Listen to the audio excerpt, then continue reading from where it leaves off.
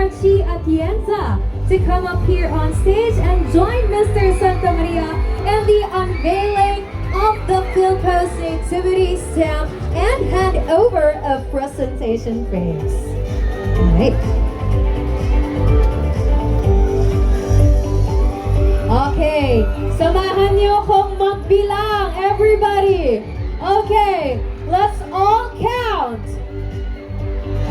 Okay, everybody, ready? Let's all count in 5, 4, 3, 2, 1. There we have it. The Philpost Nativity stamp is now officially unveiled. Wow, grabe. Once again, thank you so much to Mr. Maximo C. Santa Maria III, Acting Postmaster General and CEO of the Philippine Postal Corporation, for remaining committed to connecting Filipinos again, not only through the delivery of letters and parcels, but also by bridging our people to the nation's rich history, culture, and values. Okay, once again, palakpakan naman po natin ang ating bagong Philpost Nativity Sound. Okay, thank you so much as well to Mayor Isko and Vice. Okay, Mayor, syempre, simulan na natin. Let's go! Of course, now again, may please invite here on stage again to give his message as we now come to the special moment where we will hear the special message of our dear Yorme. And let's all welcome again, everybody, Mayor Francisco Isko Moreno Monagoso.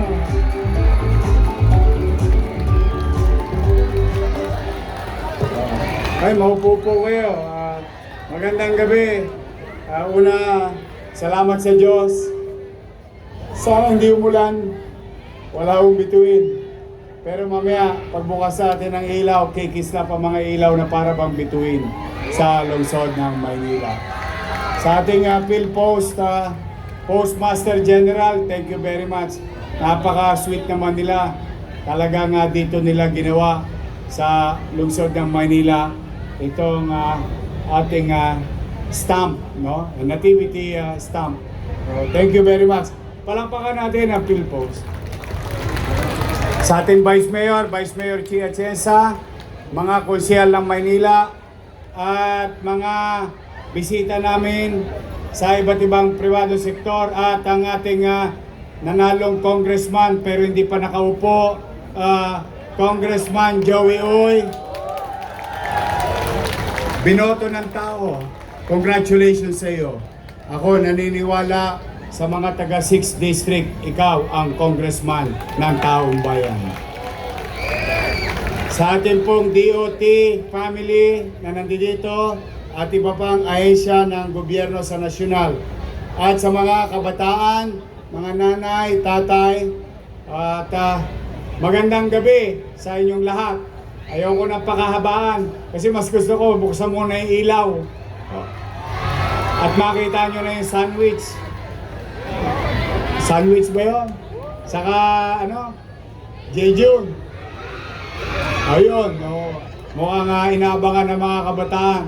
But ito ay handog sa inyo ng pamahalaang lungsod ng Maynila upang ipaalala pa rin sa atin, katulad na sinabi ni Postmaster kanina, marami naging hamon sa buhay natin, lalo na itong 2 quarter ng taon na ito. Pero 20 araw na lang, 20 araw na lang, may raraos na natin ng 2025. Akalain mo, no? Kaya, sa diwa ng Pasko, na pinaalala sa atin ng ating mga magulang ay 2 bagay. Una, ano madalas sinasabi sa atin ng mga matatanda natin? Magbigayan sa araw ng Pasko. Pangalawa, ano sinabi ng mga matatanda natin? Magmahalan. And I think I'll go to the second part. Magmahalan. You know, what happened in the past weeks and a few months ago is highly unacceptable. That's the truth of the matter. May mga tao at bagay na talagang hindi katanggap-tanggap sa atin. Ngunit, sa tinatakbo ng national government, I think may mananagot naman sa kanila. And they should. Now, moving on. Yung diwa ng Pasko na sinasabi ko yung pagmamahalan, we should stop hating each other because of our indifferences in politics. Dahil iba-iba tayo ng kulay. Pink, yellow, white, green, red. Yan ay kulay lamang ng mga politiko, hindi kulay ng buhay natin. And at the end of the day, pagtiklop ng araw, uwi tayo sa kanya-kanyang tahanan natin at pamilya natin. Wala tayong ibang asahan kundi ang sarili natin, ang pamilya natin, at ang pamahalaan na sana magtagumpay. Huwag nating ipanalangin anumang bahagi ng pamahalang nasyonal o lokal na sila ay masawi, sapagkat ang kasawian ng pamahalaan ay kasawian ng mamamayan. We, Filipinos, no matter what happened, ayan natin managot sila. But we, as Filipinos, we should not segregate because of some political beliefs of some or a few, literally a few individuals for them to gain politically. We should gain and excel from our field of undertaking to better your life. We should continue to wish that in 2026, there will be better days for the people of Manila and the people of this country. Yun sana ang maalala natin sa Paskong ito. Patuloy tayong mag-unawaan at hayaan na natin ang mga politika nila. Sa 2028 na lang natin sila harapin. Hayaan natin ang taong bayan na magpasya. Ngunit sa ngayon, ang kailangan natin sa isa't isa, magmahalan, mag-unawaan. We should not divide ourselves, our family, our community. We must unite to a common goal. Better life for our people. That is the job of the government, whether national, whether local. Kaya po, sa Maynila, kung mapapansin ninyo, sino una kong pinatawad? Love you, Isko. Pansinin ninyo, sino una kong pinatawad? Yung mga nagsalita ng masakit sa akin sa politika. Lahat, pinatawad ko sila. Huwag lang silang aabuso sa panahon ko. I will not tolerate it. Pero, I move on fast. Kaya nakakakilos ako ng mas maraming oras doon sa tunay na suliranin ng pamayanan ng mamamayan. Eh kaysa naman ipangibabaw ko yung hapdi at sugat na nagawa sa akin ng mga kalaban ko sa politika. Wala na akong gagawin kundi magmukmok at mag-isip kung paano sila paghigantihan. No, you don't deserve that. What you deserve is that we may have different political beliefs, but we, once elected, must work for our people. We should initiate love when we claim for it. We should care when we ask for it. Kami na, sa amin na magsimula. Kaya gusto ko po, nakatatapos sa rin naman itong 2025, lahat na yata ng dilubyo. Sinuong natin, pati baha. Konti na lang, nasa labi na natin. Pero, eto tayo, salamat sa Diyos. Magkakasama tayo ngayong gabi. Buhay lahat tayo. Mahirap ang buhay, pero still, we're breathing. Tomorrow is another day for everyone. But tonight, we celebrate.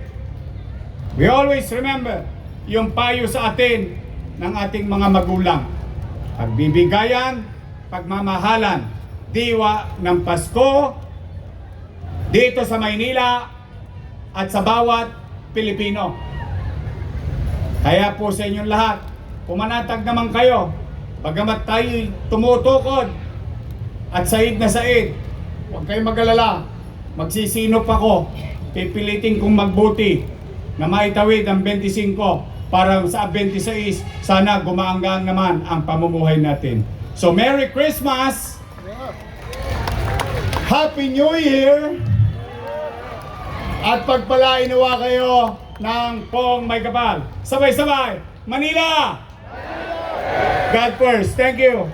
There we have it once again. Thank you so much to our ever hardworking Mayor, Yorme Isko Moreno. At muli for this, we please request our beloved Mayor to step in our BYD vehicle for the lighting of the tunnel powered by BYD. Ayan na, nalalapit na tayo sa exciting part, everybody. We are about to see and unveil. Pero bago muna yan, we are here in our BYD vehicle for the lighting of the tunnel powered by BYD. Ayan na, andyan na si Yorme. Okay. Once again, Merry Christmas and a Happy New Year! Okay, mga ready na? Ready na ba?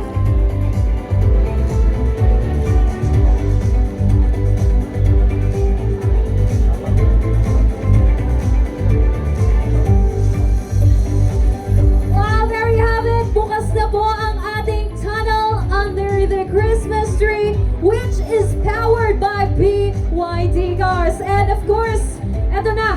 We now come to the highlight of this event, the Christmas tree lighting ceremony. So for this, we'd like to invite the following to lead our lighting ceremony. May I please invite Mayor Isko Moreno Domagoso to come here on stage, followed by Vice Mayor Chi Atienza, our DT Cam OIC, Crystal Bagasin, City Engineer Armand Andres, our City Administrator Attorney Wardy Quintos, City Electrical Engineer Randy Sada, and the Bureau of Permits Director Levy Facundo to come and join me here on stage together with our ambassadors. Yes, again, we'd also like to invite Direct Caddy of DOT NCR to come here on stage. Ayan na, malapit na!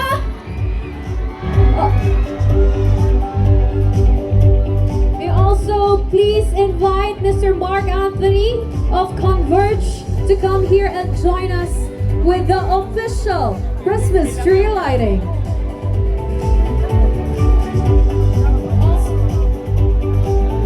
We also invite our full postmaster to come here on stage. All right, Manila, are you ready?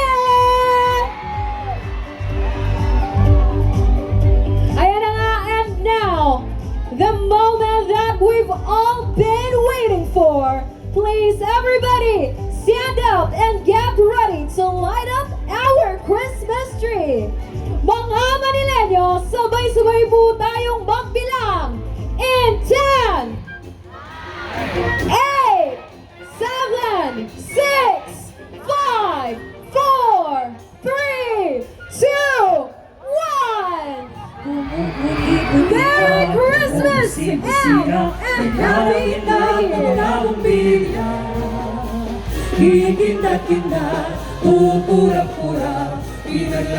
Once again, our Christmas tree is now officially lit. Let's all get warmed up with a performance from the Manila City Saint Ambassadors.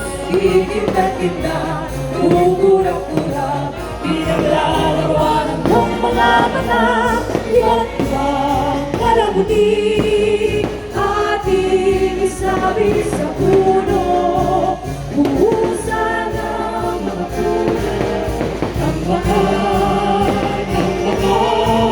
igalo. Tumibok-tibok, sumisigaw-sigaw, at ang malundong sasabihin. Lubog-lubog, paikot ng paikot, wala ng malamang bituin. Gatagang